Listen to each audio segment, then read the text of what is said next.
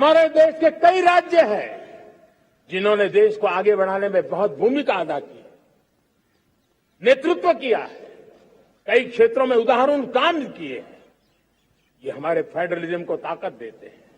लेकिन आज समय की मांग है कि हमें कोऑपरेटिव फेडरलिज्म के साथ साथ कोऑपरेटिव कॉम्पिटिटिव फेडरलिज्म की जरूरत है। हमें विकास की स्पर्धा की जरूरत है। हर राज्य को लगना चाहिए वो राज्य आगे निकल गया, मैं इतनी मेहनत करूंगा, मैं आगे निकल जाऊंगा। उसने ये 10 अच्छे काम किए हैं, मैं 15 अच्छे काम करके दिखाऊंगा। उसने 3 साल में पूरा किया है, मैं 2 साल में करके दिखाऊंगा। हमारे राज्यों के बीच में, हमारी सर्विस सरकार की सभी इकाइयों के बीच में वो स्पर्धा का वातावरण चाहिए जो हमें विकास की नई ऊंचाइयों पर ले जाने के लिए प्रयास करे। मेरे प्यारे देशवासियों, इस 25 वर्ष का अमृतकाल के लिए जब हम चर्चा करते हैं तब मैं जानता हूं चुनौतियां अनेक है, मर्यादाएं अनेक है, मुसीबतें भी है, बहुत कुछ है। हम इसको कम नहीं आंकते हैं, रास्ते खोजते हैं, लगातार कोशिश कर रहे हैं। लेकिन 2 विषयों को तो मैं यहां आज चर्चा करना चाहता हूं। चर्चा अनेक विषयों पर हो सकती है, लेकिन मैं अभी समय की सीमा के कारण 2 विषयों पर चर्चा करता हूं। और मैं मानता हूं हमारे इन सारी चुनौतियों को कारण, विकृतियों के कारण, बीमारियों के कारण इस 25 साल का अमृतकाल, उस पर शायद अगर हमने समय रहते नहीं चेते, समय रहते समाधान नहीं किए,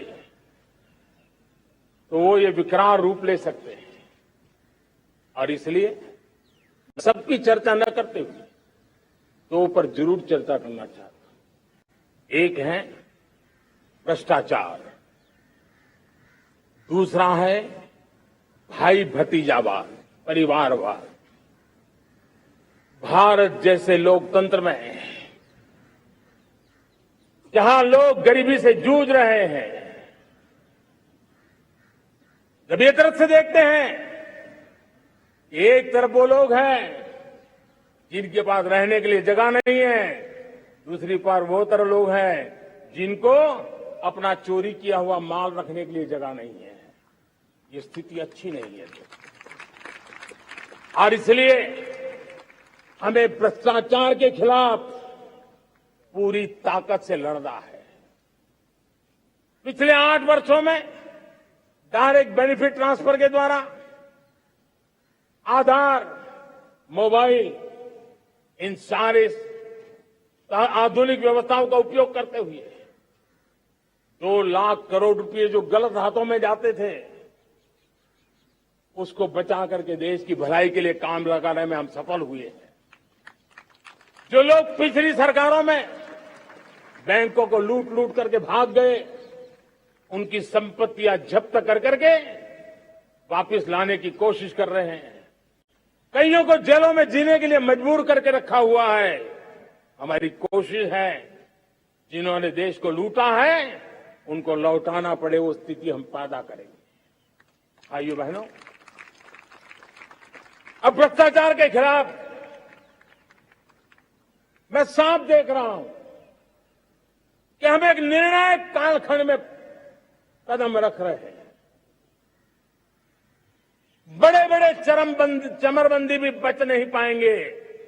इस मिजाज के साथ भ्रष्टाचार के खिलाफ एक निर्णायक कालखंड में अब हिंदुस्तान कदम रख रहा है। और मैं लाल किले की प्राचीर से बड़ी जिम्मेवारी के साथ कह रहा हूं। और इसलिए भाइयों बहनों, भ्रष्टाचार दीमक की तरह देश खोखला कर रहा है। मुझे इसके खिलाफ लड़ाई लड़नी है, लड़ाई को तेज करना है, निर्णायक मोड़ पे लेकर के ही जाना है। तब मेरे 130 करोड़ देशवासी, आप मुझे आशीर्वाद दीजिए, आप मेरा साथ दीजिए। मैं आज आपसे साथ मांगने आया, आपका सहयोग मांगने आया हूं, ताकि मैं इस लड़ाई को लड़ पाऊं, इस लड़ाई को देश जीत पाए और सामान्य नागरिक की जिंदगी भ्रष्टाचार ने तबाह करके रखी हुई है। मैं मेरे इन सामान्य नागरिक की जिंदगी को फिर से शान बान शान के लिए जीने के लिए रास्ता बनाना चाहता हूं। और इसलिए मेरे प्यारे देशवासियों, ये चिंता का विषय है कि आज देश में भ्रष्टाचार के प्रति नफरत तो दिखती है, व्यक्त भी होती है, लेकिन कभी कभी भ्रष्टाचारियों के प्रति उदारता बरती जाती है। किसी भी देश में ये शोभा नहीं देगा। और कई लोग तो इतनी बेशर्मी तक चले जाते हैं कि कोर्ट में सजा हो चुकी हो, भ्रष्टाचारी सिद्ध हो चुका हो, जेल जाना तय हो चुका हो, जेल गुजार रहे हो, उसके बावजूद भी उनका महिमा मंडन करने में लगे रहते हैं, उनकी शान शौकत में लगे रहते हैं, उनकी प्रतिष्ठा बनाने में लगे रहते हैं। अगर जब तक समाज में गंदगी के प्रति नफरत नहीं होती है, स्वच्छता की चेतना जगती नहीं है। जब तक भ्रष्टाचार और भ्रष्टाचारी के प्रति नफरत का भाव पैदा नहीं होता है, सामाजिक रूप से उसको नीचा देखने के लिए मजबूर नहीं करते, तब तक एक मानसिकता खत्म होने वाली नहीं है। और इसलिए भ्रष्टाचार के प्रति भी और भ्रष्टाचारियों के प्रति भी हमें बहुत जागरूक होने की जरूरत है। दूसरी एक चर्चा मैं करना चाहता हूं, भाई भतीजावाद।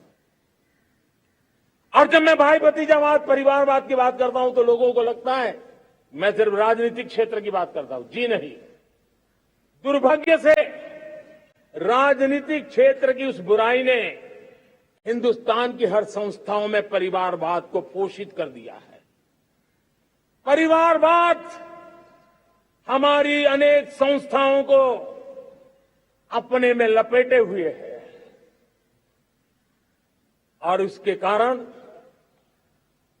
मेरे देश की टैलेंट को नुकसान होता है, मेरे देश के सामर्थ्य को नुकसान होता है। जिनके पास अवसर की संभावनाएं हैं, वो परिवारवाद, भाई भतीजे के बाद बाहर रह जाता है। भ्रष्टाचार का भी कारण ये भी एक बन जाता है, ताकि उसका कोई भाई भतीजे के कार्य आसरा नहीं है तो लगता है चलो भाई कहीं से खरीद करके जगह बना लूं। इस परिवारवाद से, भाई भतीजावाद से हमें हर संस्थाओं में एक नफरत पैदा करनी पड़ी होगी, जागरूकता पैदा करनी होगी, तब हम हमारी संस्थाओं को बचा पाएंगे। संस्थाओं के उज्जवल भविष्य के लिए बहुत आवश्यक है। उसी प्रकार से राजनीति में भी परिवारवाद ने देश के सामर्थ्य को सबसे सारा अन्याय किया है।